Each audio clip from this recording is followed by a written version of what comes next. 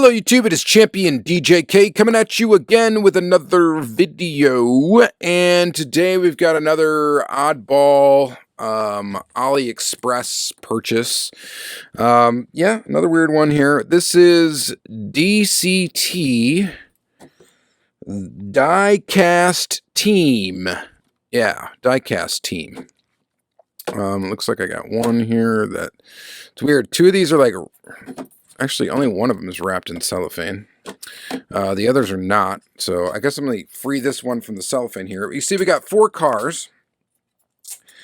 These were, I want to say, relatively inexpensive. Maybe like 10 bucks, something like that. 10 or 11 bucks, maybe. Something, somewhere around there. They seem to be pretty good details. Lots of details. I do not know if they are licensed or not. We are going to explore that together. I got the plastic off. This plastic just has like whatever the vendor or seller is from AliExpress's stuff on it. So we've got 4 items. We've got the Lexus LFA, a Peugeot 505, a Nissan Juke, and a Mercedes. It doesn't say the name of it on the box here, so I'm going to guess these are not licensed. We're just going to throw it out there. I'm pretty sure they're not. If we get proven wrong, so be it. I think we're actually going to start with probably, I don't know, arguably the most known model here. Maybe the most exciting one even. I don't know. But the Lexus LFA 2010. So the Lexus LFA is an interesting car when it comes to die-cast replicas of it. There are a few. I only have one other one that I can think of that I have in my collection, and I just kind of thought, what do I have? And I have this Tomica Premium one. Now, I know Matchbox made one. I think it was for their moving parts line or something, and I don't have it. I've never seen one. I never saw it, actually, I don't think, on the pegs or anything, because if I would have seen it, I would have definitely picked it up. The thing I do know about it is it does look a little weird. This car, I don't know. I think I'm going to put it in the category of vehicles that are somewhat difficult to reproduce in 1/64 scale, or maybe it's difficult to get it to look good in pictures or something, because I've never really seen one where, die-cast version of it where I was like, wow, that looks really good. Even like there's a Kyosho, I think, of it. I don't have that, but there is a Kyosho of the LFA, and I think that one looks weird. I feel like I have one more version of this car in some other brand, and I just can't put my finger on what brand it is. So I'm not sure, and I don't think I've got the Matchbox ones. I don't think I've ever seen it. Otherwise, I would have it. I would definitely buy one, even if it doesn't look all that great. But just, anyway, my point is that for the LFA, kind of difficult to get it to look good. I mean, this premium one is pretty decent, but the doors look a little large. I don't know. The proportions, the look of this car, it's a little weird looking for a supercar. But I think this one, this Diecast Team one, is looking pretty darn good. So it does say on the back that this is a Toyota official licensed product. These are made by Sunart International Enterprise Limited. It could possibly be a choking hazard. So this model is a collector's model and is not a toy. Contains small parts which may pose a choking hazard if swallowed. Please do not touch the model if it is damaged or defective for your own safety. So don't touch this thing if it's damaged. We hope it's not damaged coming right out of the box. It is 414 plus, which seems to be the common age that we see on these like Chinese die-cast brands. So it comes in an acrylic case, a pretty small one in comparison to other brands like your Inno 64 and stuff like that. Tarmac come in a larger acrylic case. This one is definitely a little bit smaller. We've got this cardboard piece here that is textured. These are also numbered on the back. This is number 76, so I'm guessing each model has a number. So there's probably a lot of different DCT cars out there. If these look good, I would explore getting some more of them. We'll see. So far, it appears that we may have a licensed one. But I guess we'll keep exploring that as we open them up. So the acrylic case is held together by an adhesive, like sticker thing with some writing on it that I cannot understand. And the bottom of the plastic base does say Diecast Team on it. So this is the Diecast team, Team Diecast. Kind of, if I'm honest, a little bit of a lame name for a brand, but it is the Diecast team. And that might sound cooler in Chinese, I'm not sure. This is not one of those metal plates. This is just a sticker that has the Diecast team logo and Lexus LFA on it and the scale of 1/64 scale. One thing you'll notice right off the bat, these cars are not screwed to the base. They are held in place by a blister, which actually I like. I think that's kind of cool. It does a little bit detract if you wanted to just display them in an acrylic. You'd want to take this out and then display the car, such as like that. I'm already noticing something kind of cool with these. And yeah, you could do it like that. I'm not going to push it all the way down because then I can just pull it right back out. But plastic blister, cardboard exterior, and then display case. I like it. I'm digging that. I think that's pretty nifty. Here's the car. And I thought, yeah, it had the suspension, and because I kind of felt it, and I think it might actually. We do have a plastic base, so there's that right off the bat. It is a screwed together construction, not riveted. The tires are rubber. It is a fixed, wheels are fixed to the axle. That's the type of design it is. They do roll, or this one rolls. I mean, it doesn't roll fantastically well, but it's a rubber tire, you know, whatever. And I think it might, I don't know if it's supposed to have suspension or if I'm just bending the axles. We'll find out when we get into another car, but let's check out the detail on it. So the headlights are inserted and they look okay. They're not fantastic, but they are okay. You know, there's a little bit of a misalignment there on the one headlight. The cutouts look a little bit rough for the headlights. The Lexus logo in the front looks fairly sharp. Looks pretty good. In the back, we've got the plate that has LFA. The exhaust is kind of painted or decaled on. Kind of similar to this, but it's more molded in on this one. The taillights are inserted. They have like a painted orange piece on them to indicate the turn signals, I guess, and it fit, kind of an ill-fitting. It works a bit, but it's slightly off. This tail piece right here, that are the piece of the light right there, and it does have side mirrors. They are hard plastic. Paint quality seems to be quite good. A lot of these Chinese models, they feel almost like they're resin with the amount of clear coat that's on them. Only time will tell how that will age and if we're going to get paint rashing or any of the weird issues that we can sometimes get with diecast as it gets older. The interior seems to be quite detailed. It has a lot of detail to it, and the seats are red, and the steering wheel is black, dash is black. It looks like it's got some detail up there, at least on the steering wheel. I don't see any detail in the gauges or anything like that. There's some molded detail in there, but as far as like a tampo or a graphic, just on the steering wheel is where I see it. Overall, the way that they did this car, or the silhouette of it, the way it looks, I think they did a great job making a 1/64 scale model of this car, and I'm guessing it's fairly accurate. I know that the Tomica Premium is going to be larger than 1/64 scale. It's 1/62. So I would say then if this is really 1/62, this is probably really 1/64. I'm going to say. So I would say altogether, for the price, I would say this model was definitely, I think, worth it. And that's me recalling the price, and I think it was less than $10. I want to say it was. So considering the fact that premium Hot Wheels are about $7 now these days in the store, I would say this is a pretty decent buy. That's where we're at so far. So that's our first DCT model.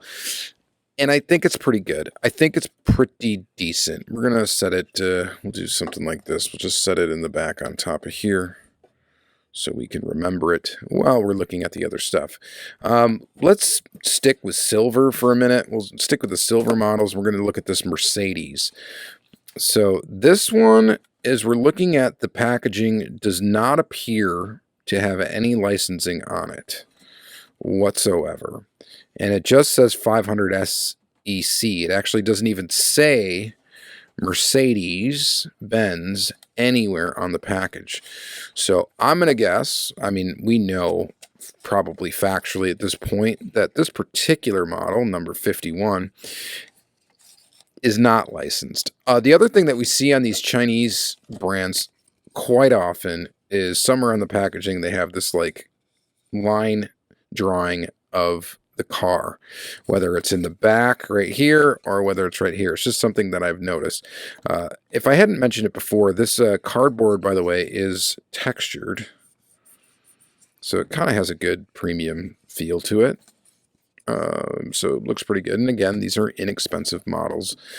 So packaging is the same way. It's got these stickers or whatever holding the acrylic to the base, and then a blister on the inside, or a plastic, thing that nestles the car in there in our little display case. And then there you go, 500 SEC,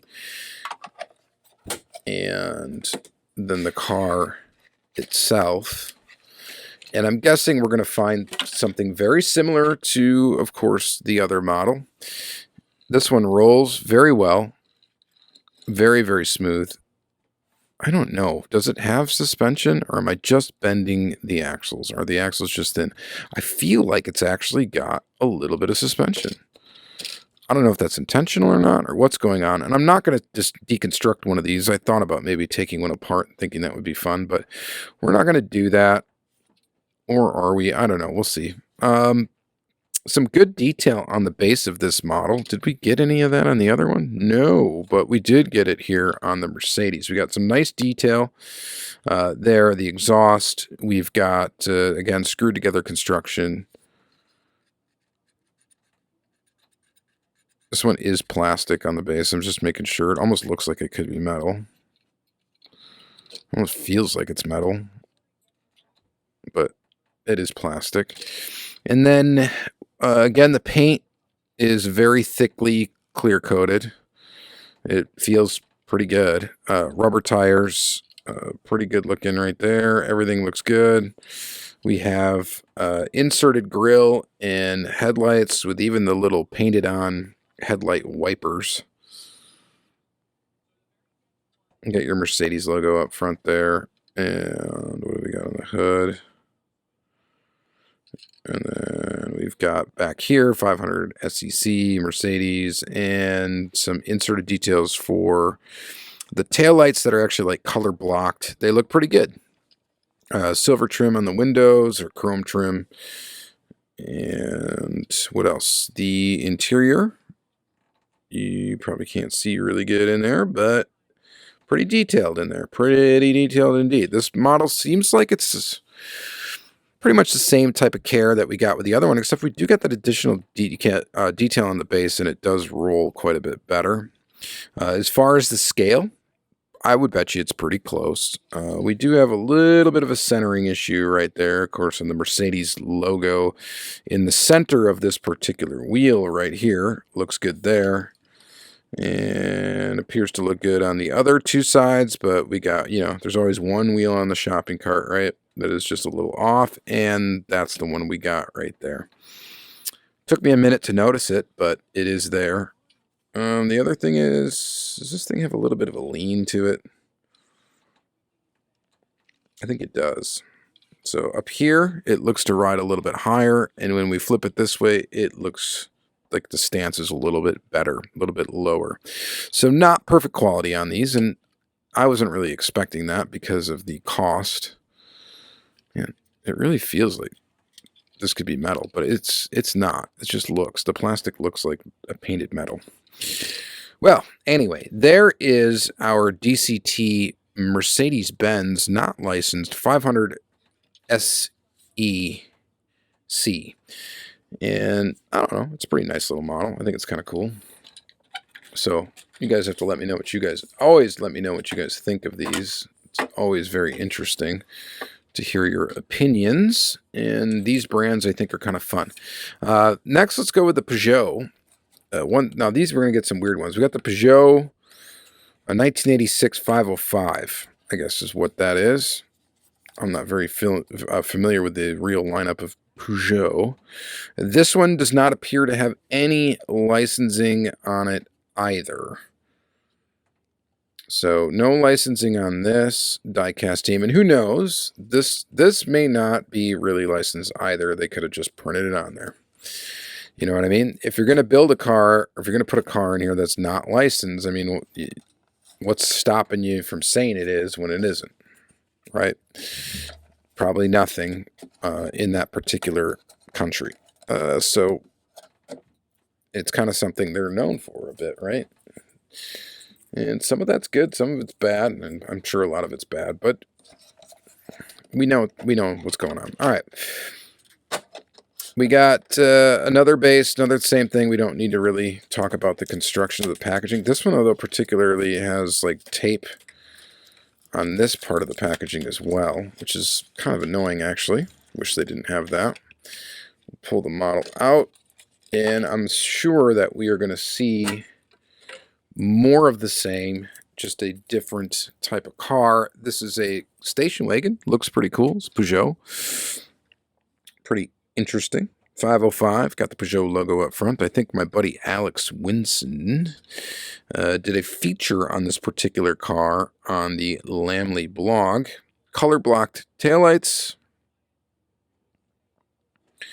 This one looks to have a lot of nice little detail. At a glance, like if you didn't know what brand this was and you just saw it just like this, boom, saw it, I would like almost think, hey, that's a TLV. You know what I mean? Like before you picked it up and felt it and really looked closely at it, it would be like, that's a Tomica Limited Vintage. It seems like something right up their alley. If this was like an obscure Japanese wagon, well, obscure to us, I should say, Japanese wagon, just a weird brown wagon. That's what I would think initially. It would be like, oh, that's a Tomica Limited Vintage. Even the wheels look Tomica Limited Vintage-ish. Just because they do good accurate wheels, but they often don't have like a black wash in them, and sometimes they can look like that basically. So I don't know, but anyway, we got screwed together construction. Of course, it's got the little Diecast team logo on the bottom. This one does definitely look plasticky, unlike that Mercedes did.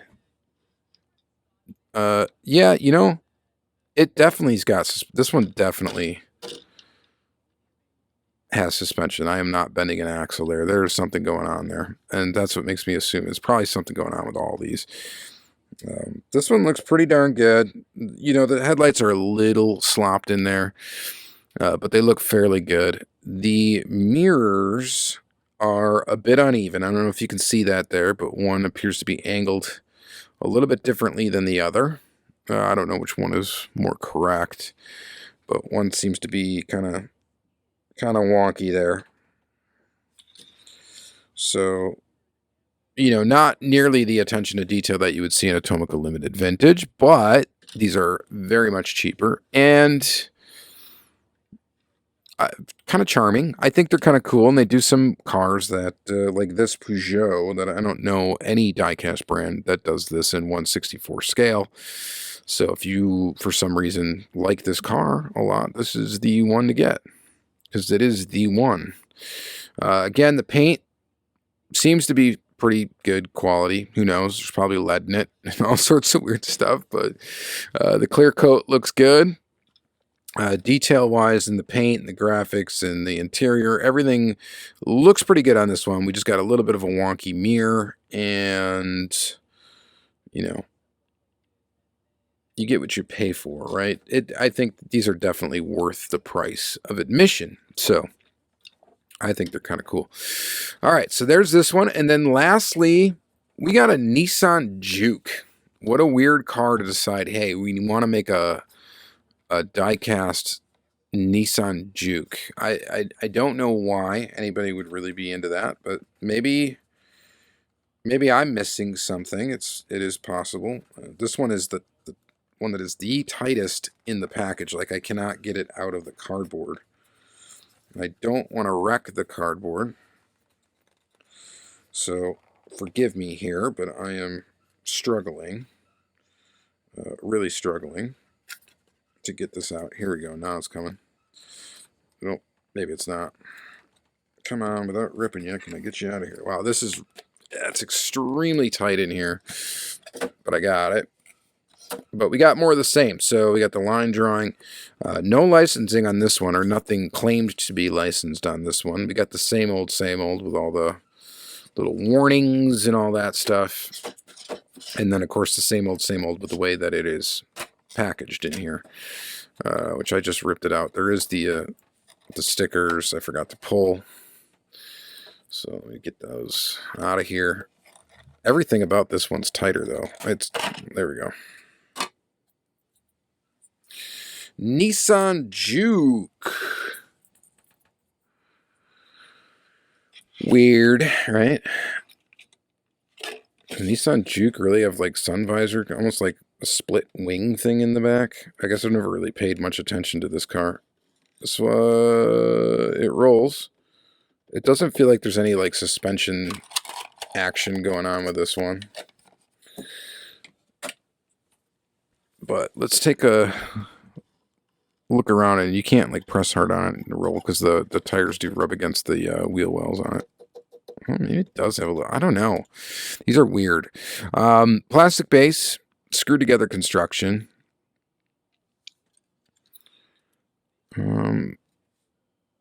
Some detail on the front end. Some detail on the headlights. I mean, it looks pretty decent.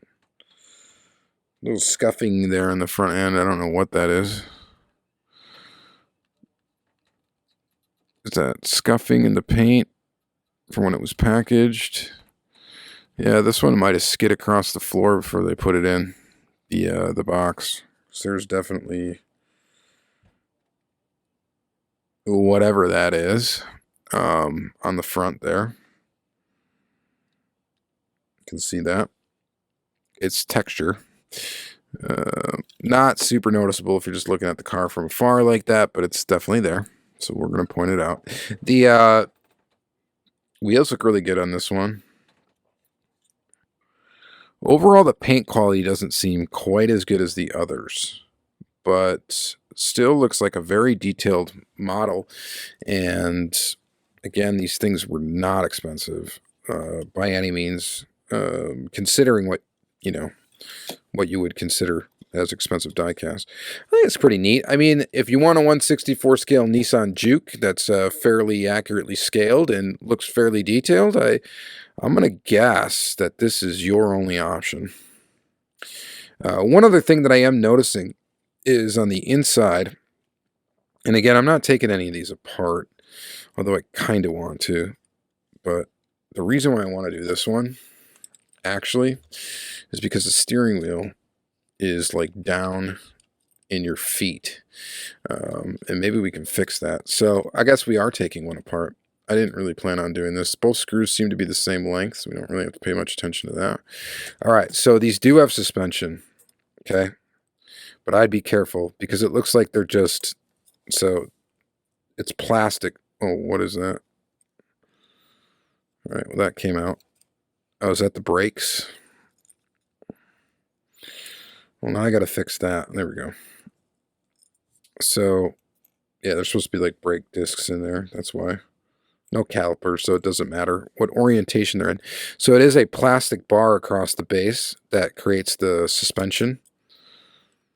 and then it's like melted in. So I would be careful with that, because if you bend these up too far, this little joint right here will probably break. And if it does, you're going to have some issues. But hey, we know how that works now. We've just proven suspension exists in these models. Here's the other part of the model. You can see how the details are sort of riveted in there. The plastic's kind of riveted in. So you can see that. So that's pretty nifty. And then here is the interior. And we can see some details on the interior, and it's actually got quite a lot of detail, more than I was expecting. The one thing we can see, though, is somebody likes the steering wheel like rubbing on the seat. So that's an issue. I don't know if I should even bother trying to fix this or seeing if it can bend up. And I probably shouldn't. I'm not going to like take apart this interior anymore, because I will probably break something. It is glued together, is what it appears to be, and I'm guessing the steering wheel is like glued in as a separate piece. But it's in there. It's down in the knees, and we're just going to leave it because, yeah, that's what we're going to do.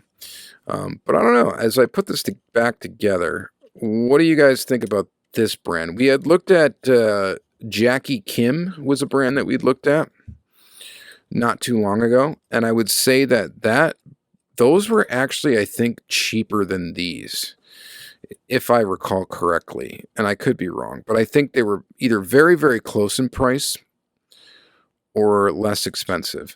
And I'm going to say the Jackie Kim ones were, I think, better. If you did not watch that video, go back and check it out, the JKM video. If you go back, import Diecast if you want to go to the playlist. I've been starting to add more stuff to that as we look at more of these. I'm going to strip this screw. As we look at more of these cars, I've been adding more to that playlist. I think I really screwed up the stance even more just by pushing on the wheels hard, so that plastic gives a little bit more. So now it doesn't roll as well. But kind of cool that we got to look at that. But anyway, the JKM ones, I thought, maybe were a little bit higher quality, or a little bit better, a little bit more attention to quality control. You guys will have to let me know what you think in the comments down below. I thought these were kind of fun. Yeah, we spent a lot of time. This is almost 30 minutes on 4 cars. Sorry about that, but we went in depth, and I think sometimes we need that. So if you are considering buying one of these brands, you kind of know what to expect. And you can check them out on like AliExpress. I'm sure there's eBay you can find these things on. But DCT, Diecast Team, is what you are looking for. Out of the 4 models, I think I got to say that this one's my favorite, the wagon. The LFA, though, I think is pretty good. And again, as far as diecast replicas of this car go, in 1/64 scale, I don't know what else is out there really, but from the ones I've seen, this is probably the best one that I've seen. And you guys will probably let me know otherwise if there's something better out there. And there probably is. I just don't own it. And yeah, this thing's pretty nifty too. This casting they have in all sorts of different colors. Same with the LFA, same with the Juke. I don't know if they have a bunch of different colors of this one, but I'm sure they do. So you can go find them if you're interested, but let me know what you think in the comments down below. Again, thank you guys for watching, and yeah, have yourself an excellent day. Thank you. Bye.